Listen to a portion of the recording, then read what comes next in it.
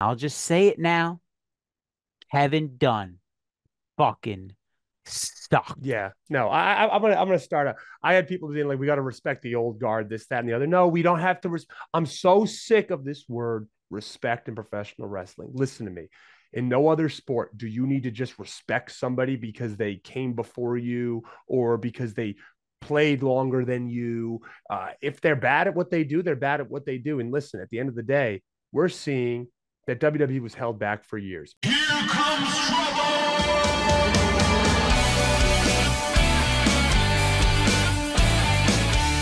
It's me. It's me. It's the end of the TTG rolling once again with that BTW. Taking up the whole screen. Got myself Nicky the Good, and we have the Meat Pop Express. And boy, another jam-packed episode for you today. And we're talking about a little bit of WWE today because we're in a new era, and this era is on fire. The sentiment online is that WWE has never been this good. Not since the Attitude Era has it been this great. And if you're watching right now, it's Friday. Okay, it's Friday, which means that tonight is on SmackDown. We got SmackDown on Fox, 8 o'clock. But if you guys want to up your productivity a little bit, if you want to multitask, I got something else for you. Because the old shop, my old shop, Barstool Sports, tonight, 8 p.m. Eastern Standard Time. It's Rough and Rowdy, baby. Rough and Rowdy 24. They got new fighters.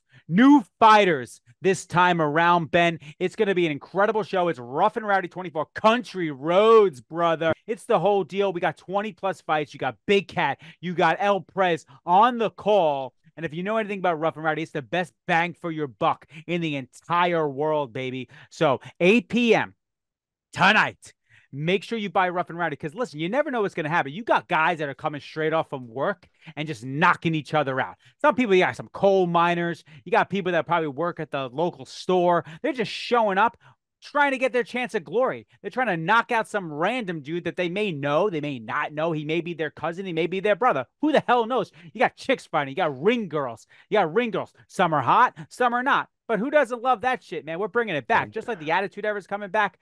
We're bringing it back. What do you got I for want me? to give I want to give a shout out to good buddy of mine, Lou Eloso Blanco. They're doing a lot of stuff with large. There's no big man heat here. He's a great guy. But he's my height. He's damn near 7 feet tall.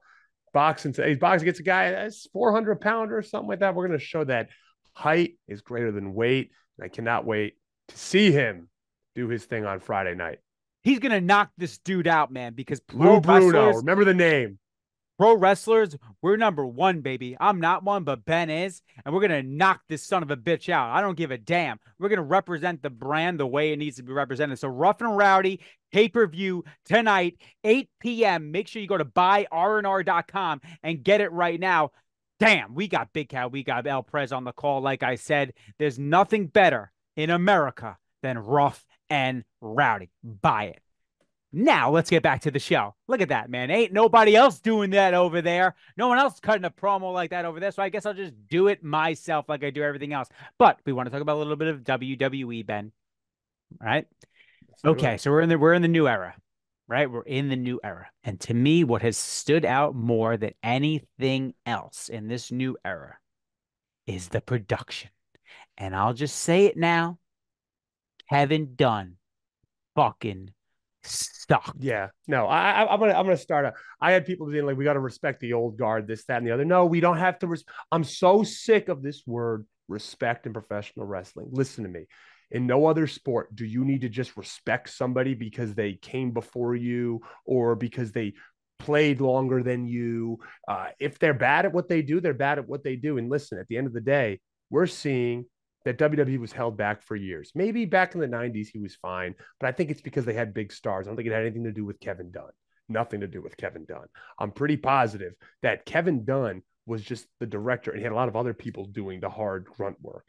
Because I don't really know the backstage stuff at all, but I know for a fact that what WWE is doing right now in terms of production, if they could have been doing this for years, all through the mid 2000s, all through the 2010s up till now, and they weren't, that's a Kevin Dunn problem. And I don't have to respect what Kevin Dunn has done at all through anything he's done. I don't need to respect the old guard. Screw the old guard. We're in the new era now, and it is way better. We've been screaming at the mountaintops, from the mountaintops, about everything that we thought that sucked. Like, how many times do you have to hear about jump cuts online? You say you listen to your audience, but yet we got the worst jump cuts for like years, absolute years. Mhm. And then the sets too. Everyone's like, man, I really like it if we got back to the old sets that look a little bit more organic. No, every year, bigger and bigger Trons, right? Just made it look like it just like there were no fans there whatsoever. Right. It was a disconnection from the audience to what you were seeing on television. And this all stems from that Sami Zayn entrance, man. Like, listen, we saw that production was starting to take a little bit of a change, even in the intro. It looks like the Avengers now, right? The details are coming in. Everyone's Mhm. like, oh man, this is great, so refreshing. But after I saw that Sami Zayn entrance, how they used Jey Uso to go into the crowd to get to Sammy to then start Sammy's entrance. I'm sorry, but that is fucking incredible. That Unbelievable. is smart. I was so jacked up for Sammy. And I tell you this, Ben, hand to God, right hand up. Hmm. In that moment when I saw Sammy come through that crowd and him in his home town, country, whatever the fuck you want, I don't know, right? For the first time, I said, Sami Zayn could be a world champion one day. And it was because of the presentation that he had. Damn, Hmm. Kevin Dunn fucking sucked. No, it does. You got to understand how much went into that. They not only they timed it up so perfectly, and with Jey Uso beating Finn Balor, getting jumped, but then getting away and running up the stairs to lead right into Sami Zayn coming out in his hometown. That there is so much that goes into that, and that's not something we've seen in years. I don't think ever, honestly. I don't know how to say in years. I don't think we've ever seen that, like the intricacies of that consistency that they have their history, and it just everything blended together so perfect, and it went off like a hitch. You also It's got to understand that it's a TV show. They're timed. So this is all being timed. Like yeah. they have time slots. They got to hit marks. Like that is not easy to do. And they fucking crushed it. That Mm. entrance from Sammy, man. Like, and he looks good, man. He's definitely beefed up. They got his wife in the crowd. He's like, I mean, Gunther just had like an incredible reign. And Sammy just looks so credible with the belt right now as your intercontinental champion. They made Jey Uso look like an even bigger star. The Yeet thing, which I hated initially because I thought I hate like just random made up. I fucking love it now. Like he's the McAfee's getting it over too. they're letting them, Uh, they're letting the people be who they are, right? mm-hmm. Even Michael Cole. But if McAfee just sat there like a statue and didn't get on top of the announce table and didn't do all these things, it would be disingenuous. Mm-hmm. That's who he is. And it's Mm-hmm. so damn refreshing to have Kevin Dunn the fuck out of here. I can't believe I'm saying it because I used to be such like a Vince guy. Like I was such a traditionalist. Like, oh man, I don't want it to be out of the McMahon family. I don't want WWE to sell. I love the fact that the McMahons own it, right? It felt like a piece of ours. Not anymore, dude. Like it was over. It was a wrap. And I'm so damn happy to have Triple H and the production department where it is right now. I watched Raw from the motherfucking start to the motherfucking finish. 3 hours for the first time. And I cannot remember, Ben. Cannot remember. Did you watch the whole thing? Tell me. I will be honest. I watched the last hour. I watched Oh, when Cody's promo started up until the main, all the way through the main event. Yes. perfect segue. Cody Rhodes. Yep. Perfect segue. Is he stale, Ben? Everyone says he's stale. No, I see this is the problem I have. Like this is the thing with babyface champions as well. You got to understand that this is how babyface champions are. They're going to come out. They're going to be a fighting champ. They're going to wave to the people, kiss the babies. That's how they are, and that's how Cody Rhodes is. That's his character. That's his That's how character. he is He's in just real like life. I all met the American. He guy. is. That's He how he is. is. One hundred You, you, percent. you one fucking dumb hundred marks. percent. Walking around with the political coffee, smile on his face, shaking everybody's hand, always in a suit. What you see on TV of Cody Rhodes is Cody Rhodes in real life. That there's no difference. There's no difference. But He's not getting stale. He just won the title. And he's coming out making these promos and he's putting people over and he's talking about his story and he's talking about how it's not really finished yet and how he has more to do and more to accomplish. It's just that all these people, and I honestly think it's this fan base and like these absolute toxic AEW fan base people that like want Cody Rhodes to fail because he left the almighty, all elite kingdom, right, and came back to WWE, and they thought he would never leave there. And he's not gonna fail, folks. He's not gonna fail. Like you got like he is one of the biggest stars there right now at one of the biggest boom periods of WWE. He's the biggest babyface since Cena because Roman was a failure. He's selling the merchandise. He's getting the people in the seats. They're selling out every single night. They have to have a smaller Titantron now. It's not even the Titantron anymore. It's a wall. Now they have to have a smaller wall because they need more people in the building because they can sell the tickets. I actually think that's really cool too. We didn't talk about that. They can't use the big Tron anymore because they're selling the tickets and they got to make it smaller so more people can see. That's insane. You got to respect that. He's drawing more. Obviously, Cena did it for a long period of time, but he's drawing more than Cena ever did at one point. Do you know how hard it is to be a babyface champion in professional wrestling and maintain it? It is so fucking difficult. And I'm not even a wrestler, but if you just look at the past and you look at like it. A babyface champion has always been like the guy, and there's a reason for that. You can't just have any babyface hold the WWE championship. It doesn't work. You can have a million heels hold the belt, and it can work because being a heel is, I don't know, Ben, but it seems a little bit easier because you have a little bit more freedom to operate. And guess what? People like rooting for bad guys to an extent sometimes. It's cool to Roman Reigns is a cool motherfucker, in case you didn't realize that, right? Looks like a fucking cool fucking dude. Who doesn't want to be Roman Reigns? It's harder to be a babyface and to maintain that week after week without turning stale. What do you want to do? Yeah, maybe he tries a little bit too much. No, come on, look over the past. Relax. They say it all the time. The money's in the chase. The money's in the chase, and the babyface is chasing the heel. And we're going to see what Cody can do. But to say he's stale already, we're 2 weeks out from WrestleMania, and already people are complaining, saying not even 2 weeks out. And we're a week and a half out, and people are already saying that he's stale. Like, come on, he's not stale at all. No, guy is pushing merch, putting. This goes back to the fan conversation. They romanticize these narratives and they make it their identity. So these people, right? Give me a disgusting food, Ben. What's a disgusting slobby food that someone would eat? Sloppy. Oh, you mean what these slobs will eat? Just give me any. It did It's 6 White Castle burgers, half dozen White Castle burgers. These half dozen White Castle eating slobs, right? These people they are looking for any angle to just hitch their wagon to so they can have a perspective because they have no point of view of their own. They have no platform of their own. They have no one that thinks like them. So what they do is they go to low-hanging fruits and they try and hit you with like a hot take, right? And then, okay, my identity is I think Cody Rhodes is stale. Fuck you. Fuck you, you piece of shit.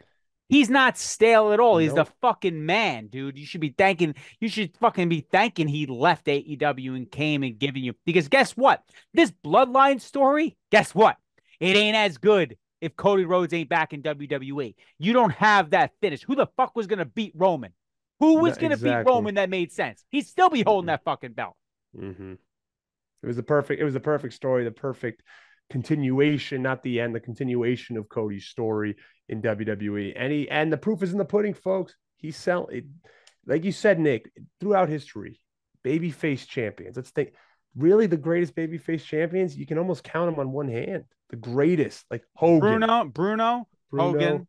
Cena, Austin. I wouldn't even say Rock. I wouldn't say Rock. I wouldn't say Rock because he wasn't a babyface champion. He was a heel. It's. I think we just nailed it. It's Bruno. Yep. It's Hogan. It's Austin. Cena. And Rhodes. I think Rhodes will be. That's it. Eventually he'll be on that list. That's it. That is it. There is. Are we missing anyone? No. Are we missing anyone? You can name so many heel champions.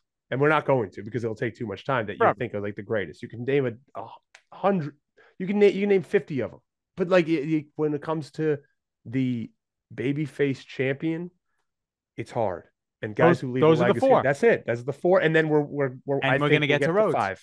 Yeah, we'll get to five. that's it. All right.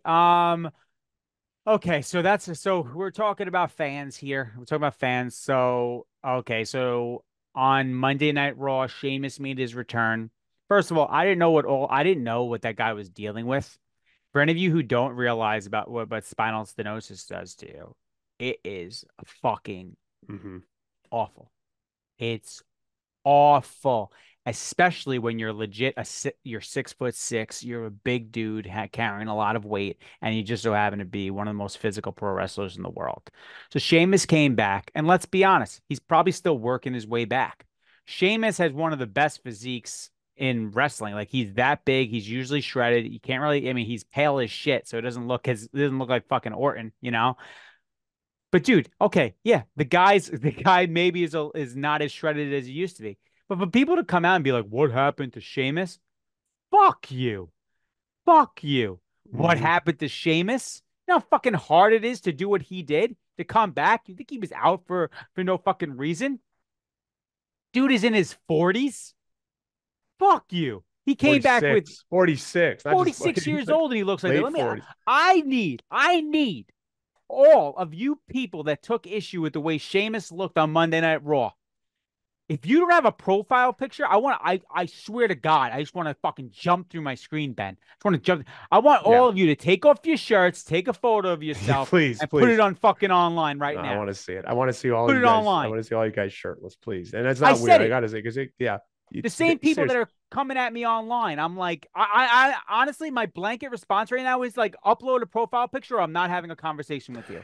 The only thing I'll say to play devil's advocate and for the one time taking sides of these people is, if I were Sheamus and I knew, like, okay, because he knows that he's not in his best shape, because he just was in his last run, was in his best shape ever he's been. Probably would have switched the gear up a bit. That's probably the only thing. I probably would have switched the gear up a bit. So I held back on a comment because I didn't want to jump on it right, because it was right during his entrance. That is that gear is like the Goldberg gear. That's also like the Austin Theory gear. Like, Austin Theory, if you're listening to this, get rid of those biker shorts and wear some fucking trunks. Look at what the Miz did when he turned his career around. Like, dude started wearing trunks and he looked like a star. If Sheamus would have just worn the regular trunks, we would have been like, okay, yeah, he's holding a little bit more. But I think they amplified everything.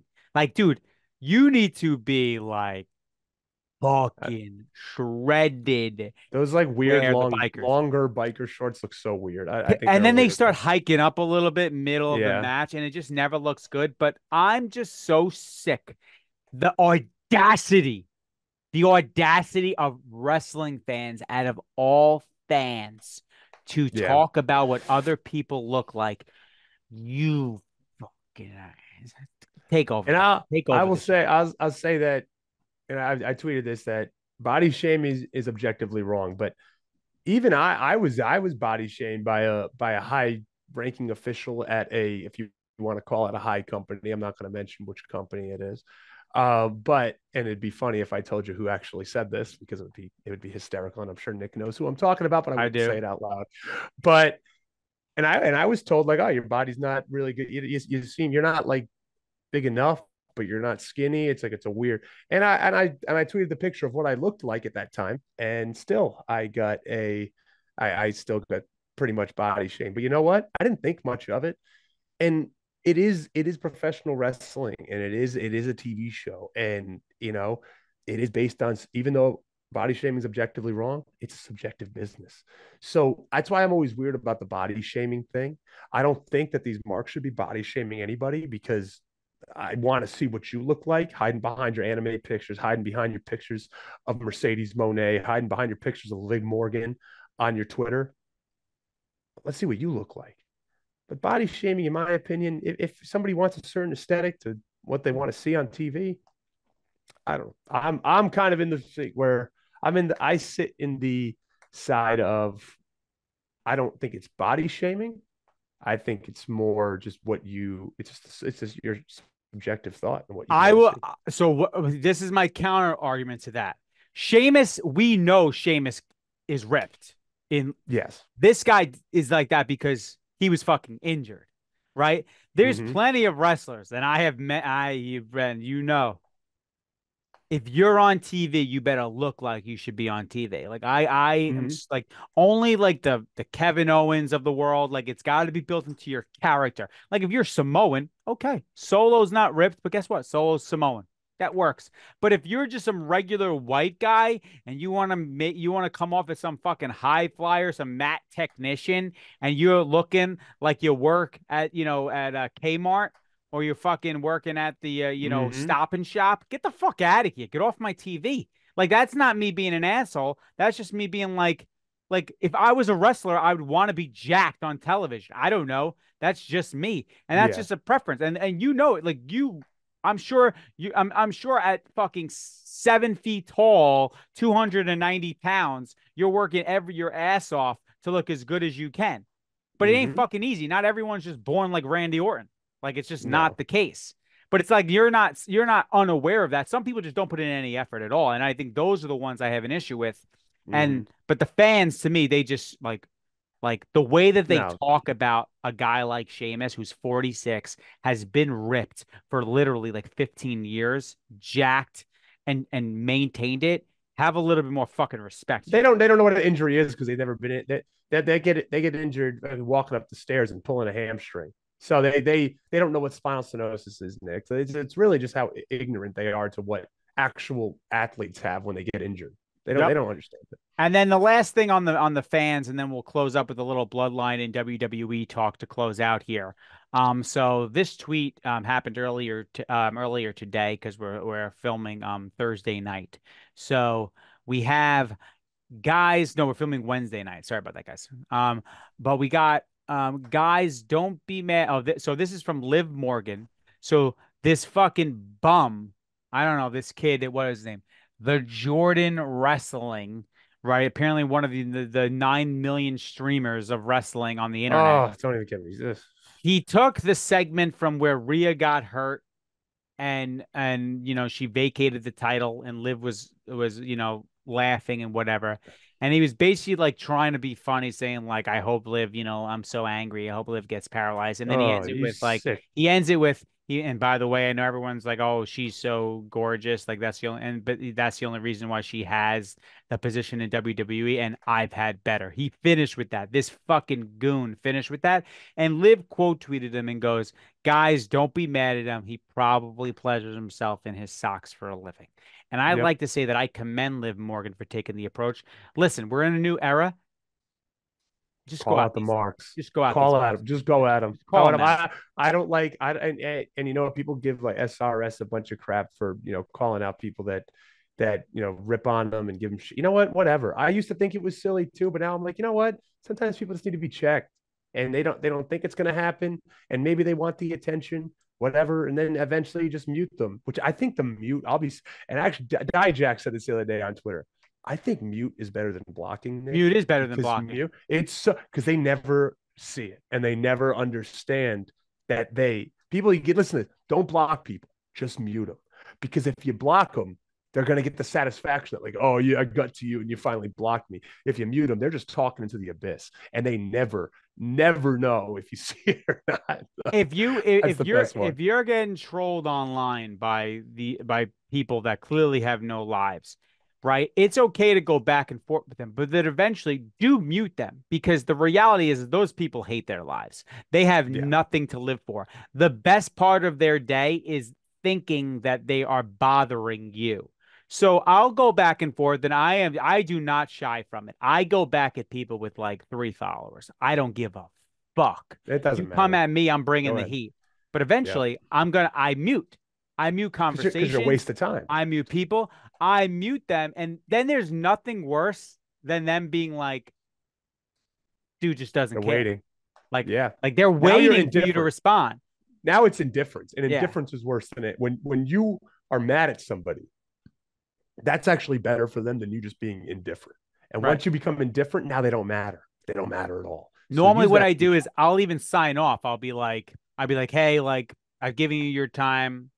This was fun, but like you need to just go back to obscurity. I'll talk to you Yep. later. And then I just never respond to anything they say.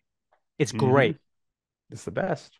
But yeah, I mean, Liv, I mean, I would just say to like Liv Morgan and especially the females out there, like you're all very attractive, hot women that are very well off and very successful.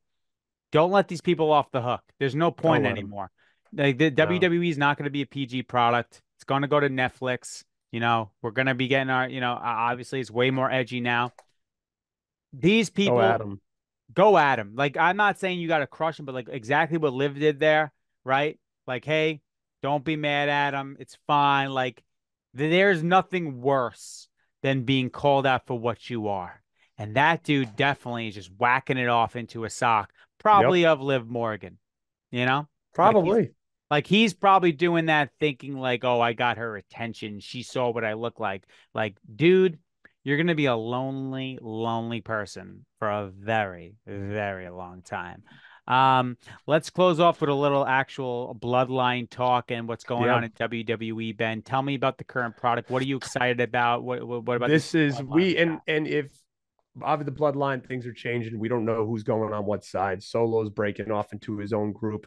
We heard Tama Tonga, welcome to the WWE, looks incredible. I should have been there a while 40s, ago, but 40 hey, we something got years him. old. We got him now. We got him now. He looks, I mean, he looks in his 20s. It's unbelievable. That Samoan blood is something, or a Tongan blood. I'm sorry, I should say Tongan blood. That Polynesian blood is Right, something. right. Let me tell you. But so we don't know really which way he's going. He did say by order of the tribal chief. Who was he talking about? Is he talking about Roman Reigns? Is he talking about The Rock? But finally, and the news broke after WrestleMania. Finally, I've been saying this for years. Jacob Fatu is finally where he should be, signed by WWE. We haven't seen him yet, but just wait until he is on mainstream pro wrestling television. Wait until you see this guy. I say it 1,000 times and I'll say it again. Go watch Jacob Fatu highlights if you have not yet. And wait, just wait. He's the most athletic member of the bloodline. And he's 6'1, 280 something pounds. And it is unbelievable what this guy can do. He is he is going to be a megastar in the first few weeks he's there. If they allow him to do what he can do and allow him just hey, go out there for 5 minutes and play the hits. It's going to be unbelievable. And I'm so excited that he is involved now in this storyline and in WWE. Jacob Fatu is a future WWE champion. Like that's He that's should the be. deal. That's the deal. He is the one in the bloodline. Like I know Solo's obviously there, right? Umaga-san and everything like that. Jacob Fatu is just the next level. He also can cut a fucking promo, dude. There's Like no one like him. I mean, I'd only put Roman above Jacob Fatu just because of the longevity we've had Roman for, what he's done over the past 4 years. But once you see Jacob, I think as an in-ring performer, there's no one better in that family than Jacob Fatu. the The first point time I blank saw period. him in person, I went to Premier Wrestling. Shout out our guy Dave Sturcio. Apologies for all the Cowboys' incredible moves that they've been doing, Dave. I apologize for that. And also, we're still waiting to be booked for Yeah, it's unbelievable. the what is it called again? The war on the shore. The War on the Shore. We're still waiting for our booking and our fees to be paid. So get on that, Dave.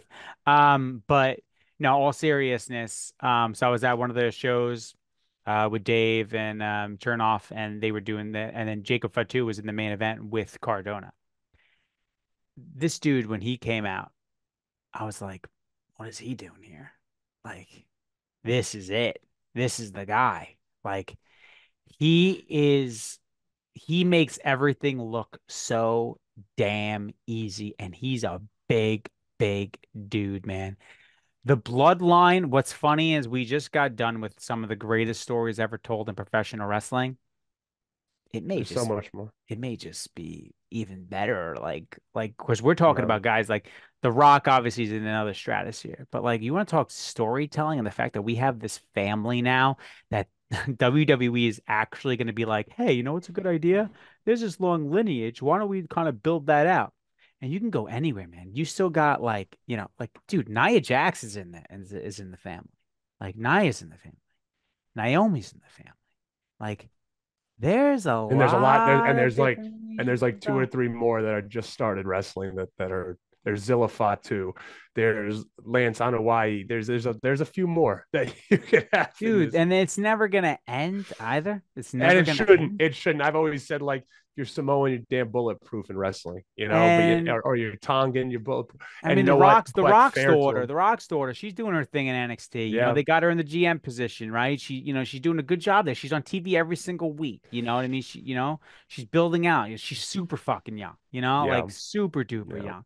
I mean, they're everywhere, man, these days. It's we'll be talking about them until we're well, I mean, I think I've already saw a few gray hairs, so I can't say till I'm gray in the head. But you know what, folks? It's called experience, not called growing old. But Nick, we always say this: we got bills to pay. I got to run.